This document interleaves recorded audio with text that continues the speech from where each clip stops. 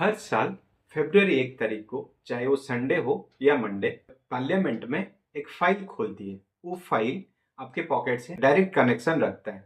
कभी वो महंगा ज़्यादा होता है तो फिलहाल कभी बचत ज़्यादा हो जाती है। उसी फाइल को जब पार्लियामेंट में प्रेजेंट किया जाता है उसी का नाम है बजट।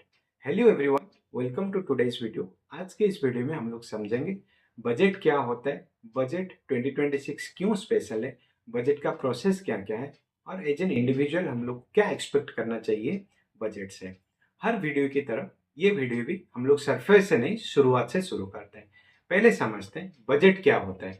बजट एक सिंपल सा एनालॉजी लेके आप समझोगे। मानिए आप कोई बिजनेसमैन हो या फिर कोई सैलरीड पर्सन हो, तो आपका पहले आप देखोगे इनकम क्या है। कभी आपके सैलरी से इनकम आएगा या फिर आपके बिजनेस से इनकम आएगा, प्लस आपके इंटरेस्ट जैसे एडिशनल इनकम आएगा या फिर कोई दूसरा इन्वेस्टमेंट से आपका इनकम आएगा। ये मानिए एक साल का पूरा आपका 5 लाख का एक इनकम आता है। फिर आप देखते हो आपके पास खर्चा क्या क्या होगा। जैसे बच्चे का एजुकेशन का खर्चा आएगा, आपका रेंट जाता है तो रेंट का खर्चा आएगा, फिर राशन पानी का खर्चा जाएगा और हेल्थ और एजुकेशन के रिलेटेड भी खर्चा जाएगा। ये टोटल कुल मिलाकर मानिए 4 लाख का खर्चा होता है। और टोटल में आप देखोगे 1 लाख का सेविंग आपके पास हो गया। और किसी केस में आपका खर्चा भी ज्यादा हो जाता है, जब भी 6 लाख का तक का खर्चा होता है तभी उस केस में आपको थोड़ा बोरो करके वो खर्चा को मीट करना रहता है। ये थोड़े छोटे लेवल पे था, लेकिन आप पूरा देश के लेवल पे बड़ी लार्ज स्केल पे देखोगे, इसी को ही हम लोग बजट कहते हैं। लार्ज स्केल में आप जब समझोगे, इसका मतलब वही होता है गवर्नमेंट इनिशियली प्लान करता है जब भी उसके पास क्या क्या इनकम आता है। जैसे हम लोग इनकम टैक्स पे करते हैं, जीएसटी पे करते हैं, बाकी सारे टैक्सेस पे करते हैं, सारे के सारे टोटल कुल मिलाकर उनका इनकम हो गया। नेक्स्ट वो देखते हैं उनके पास एक्सपेंसेस क्या क्या है। एक्सपेंसेस में जितने सारे रोड रेलवे ब्रिजेस बनते हैं उसका खर्चा है, फिर आपका एजुकेशन रिलेटेड स्कूल के ऊपर जितना खर्चा होता है, हॉस्पिटल रिलेटेड खर्चा होता है, ये सारे उनका खर्चा के लिस्ट हो गया। तो इनकम माइनस उनका खर्चा जो होता है वो कभी भी उस सरप्लस होता है। लेकिन गवर्नमेंट के लिए मोस्ट ऑफ द केसेस में खर्चा उनका ज्यादा हो जाता है। जैसे 5 लाख का इनकम हुआ, 6 लाख का खर्चा होगा, तो भी 1 लाख का कम हो गया उनका इनकम, मतलब खर्चा ज्यादा हो गया। इसको फिस्कल डेफिसिट बोलते हैं। फिस्कल डेफिसिट को मीट करने के लिए गवर्नमेंट को बॉन्ड इशू करके बोरो करना पड़ता है, मतलब उधारी लेना पड़ता है। इसी को हम लोग फिस्कल डेफिसिट के नाम से जाना जाता है। इन आसान शब्दों में आप देखोगे फिनेंशियल प्लानिंग का मीटिंग होता है पूरा देश का। अब देखते हैं यूनियन बजट का प्रोसेस क्या रहता है। 5 सिंपल स्टेप से समझते हैं। पहले गवर्नमेंट एक इकोनॉमिक सर्वे निकालता है जिसमें इकोनॉमी का हेल्थ कैसा है, जैसे इन्फ्लेशन कैसा है, ग्रोथ कैसा है, जॉब के स्टाटस कैसा है, उसके ऊपर एक डिटेल्ड रिपोर्ट निकलता है। नेक्स्ट, सारे डिपार्टमेंट जैसे ministry of health, defence, road, railways, सारे के सारे उनका क्या खर्चा रहेगा अगले साल के लिए, उसका एक एस्टिमेशन फिनेंस मिनिस्ट्री को भेजते हैं। अभी फिनेंस मिनिस्ट्री नेक्स्ट स्टेप में क्या करता है और कैबिनेट के साथ बैठ के डिसाइड करता है कि कौन से डिपार्टमेंट को, कौन से मिनिस्ट्री को कितना खर्चा नेक्स्ट ईयर के लिए अलोकेशन करना चाहिए, प्रायोरिटी के बेसिस पे। नेक्स्ट आपका बजट प्रिपरेशन होता है। जब 1 फरवरी को बजट रेडी हो जाने के बाद 1 फरवरी को बजट प्रेजेंट होता है, फिनेंस मिनिस्टर बजट प्रेजेंट करते हैं। उसी में कितना टैक्स कटेगा, किस में टैक्स लगेगा, उसके ऊपर सारे अनाउंसमेंट होते हैं। नेक्स्ट स्टेज में ये पार्लियामेंट में जाके एक अप्रूवल होता है, कैबिनेट के पास अप्रूवल लाता है। अप्रूवल होने के बाद 1 अप्रैल से ये इम्प्लीमेंट हो जाता है फिनेंशियल ईयर में। उसी बीच में एक इंटरेस्टिंग रिचुअल भी होता है जिसको हलवा सेरेमनी बोला जाता है। जितने सारे लोग ये इवेंट में जुड़े रहते हैं उनको सारे मुंह मीठा किया जाता है। करने के बाद जब ये डॉक्यूमेंट सारे रेडी हो जाता है, वो सारे लोगों को एक सीक्रेट रूम में रखा जाता है ताकि ये बाहर ना आ जाए। उसी का मतलब हलवा सेरेमनी का एक सिग्नल यही होता है कि डॉक्यूमेंट सारे बजट का रेडी हो गया है और ये कोई बाहर डॉक्यूमेंट ना आ जाए। अब देखते हैं 2026 का बजट क्यों स्पेशल है और इसको क्यों ग्लोबल कॉन्फिडेंस टेस्ट भी माना जाता है। पहले आप देखोगे सारे दुनिया की इकोनॉमी के सीन काफी अनस्टेबल है।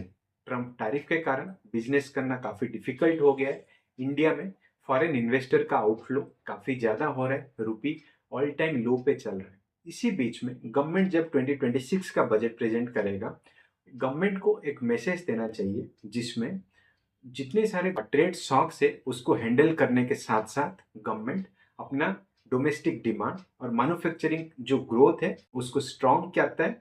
Message should be loud and clear that India is no longer a rule following nation, rather India is a rule maker and ready to rule the world from the forefront. अब देखते हैं 2026 के budget से क्या expect कर सकते हैं। एक मिडिल क्लास और इंडिविजुअल क्या एक्सपेक्ट कर सकता है। पहले पहले जो कोई सैलरीड इंडिविजुअल है जिन लोग के लिए न्यू टैक्स रिजिम के हिसाब से जो अभी 24 लाख का 30% का टैक्स स्लैब है वो बढ़कर 30 लाख तक आ जाए। मतलब 24 लाख का जो के ऊपर कोई भी इनकम होता है तो 30% का जो टैक्स लगता है वो 30 लाख से ऊपर है तो ये थोड़ा बेनिफिट हो सकता है। सेकेंड, लोगों का एक्सपेक्टेशन यही है कि 75,000 का जो standard deduction new tax regime में मिल रहा है वो बढ़ाकर उसको 2 लाख या फिर 1.25 लाख तक बढ़ाया जाए। वो होने से बेनिफिट मिलेगा सैलरीड इंडिविजुअल को।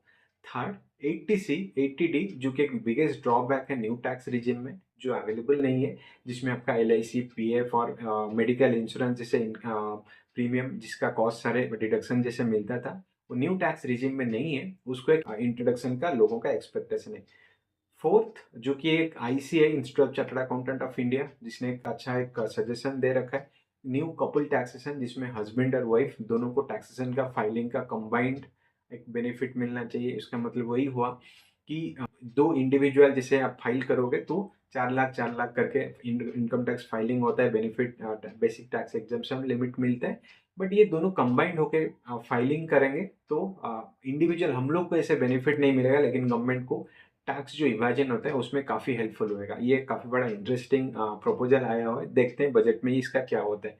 और उसके अलावा जो एग्जिस्टिंग टैक्स रिजिम है उसमें ओल्ड वाला टैक्स रिजिम है उसमें कोई बेनिफिट होने का एक्सपेक्टेशन नहीं है, क्योंकि उसमें काफ़ी कम लोग ही अभी टैक्स फाइलिंग कर रहे हैं और लोगों का एक्सपेक्टेशन उस टैक्स रिजिम के हिसाब से कुछ होना भी नहीं चाहिए। नेक्स्ट हम लोग देखते हैं मार्केट और इन्वेस्टर के पर्सपेक्टिव में क्या एक्सपेक्टेशन हो सकता है। अभी करेंटली जो कि long term capital gain taxation और short term capital gain taxation 12.5 and 20% के अराउंड है, उस पर लोगों का एक्सपेक्टेशन यही है कि थोड़ा कम होना चाहिए ताकि मार्केट को एक बूस्ट मिले, जो कि मार्केट इतना डाउन है। सेकेंड, जो कि एक long term capital gain up to 1.25 lakh एक बेनिफिट मिलता है, उसको इंक्रीज करके 2 लाख तक इंक्रीज किया जाए ताकि जो अमाउंट है उसके ऊपर एक बेनिफिट मिलेगा लोगों को। नेक्स्ट, STT जो कि इक्विटी डिलीवरी के ऊपर काफ़ी ज़्यादा चार्ज होता है, उसको कैसे हटाया जाए उससे, तो वो एक एक्सपेक्टेशन है। लास्ट, फिजिकल डेफिसिट जो है उसके ऊपर एक क्लैरिटी आए जिसको आपका ग्रोथ जो है उसको एक्सेलरेट किया जाए और फिजिकल डेफिसिट का एक क्लैरिटी आए। वीडियो कंक्लूजन में जैसे देखते हैं कि global uncertainty, economical challenges, Trump tariff और जियोपॉलिटिकल टेंशन के टाइम पे 2026 का बजट क्या एक ग्लोबल कॉन्फिडेंस स्टेटमेंट इंडिया के लिए हो सकता है? जो फॉरेन इन्वेस्टर इंडिया में अभी इन्वेस्ट नहीं कर रहे हैं, बजट के बाद क्या इन्वेस्टमेंट करेंगे इंडिया में? इतने ग्लोबल अनसर्टेनिटी के बाद क्या इंडिया एक फिर ग्लोबल लीडर बन पाएगा? ये सारे सवालों का जवाब हम लोग बजट के बाद के अगले वीडियो में देखते हैं। वीडियो पसंद आए तो आप लाइक शेयर सब्सक्राइब करना मत भूलिएगा। This is CA Sushant signing off and thank you so much for watching this video.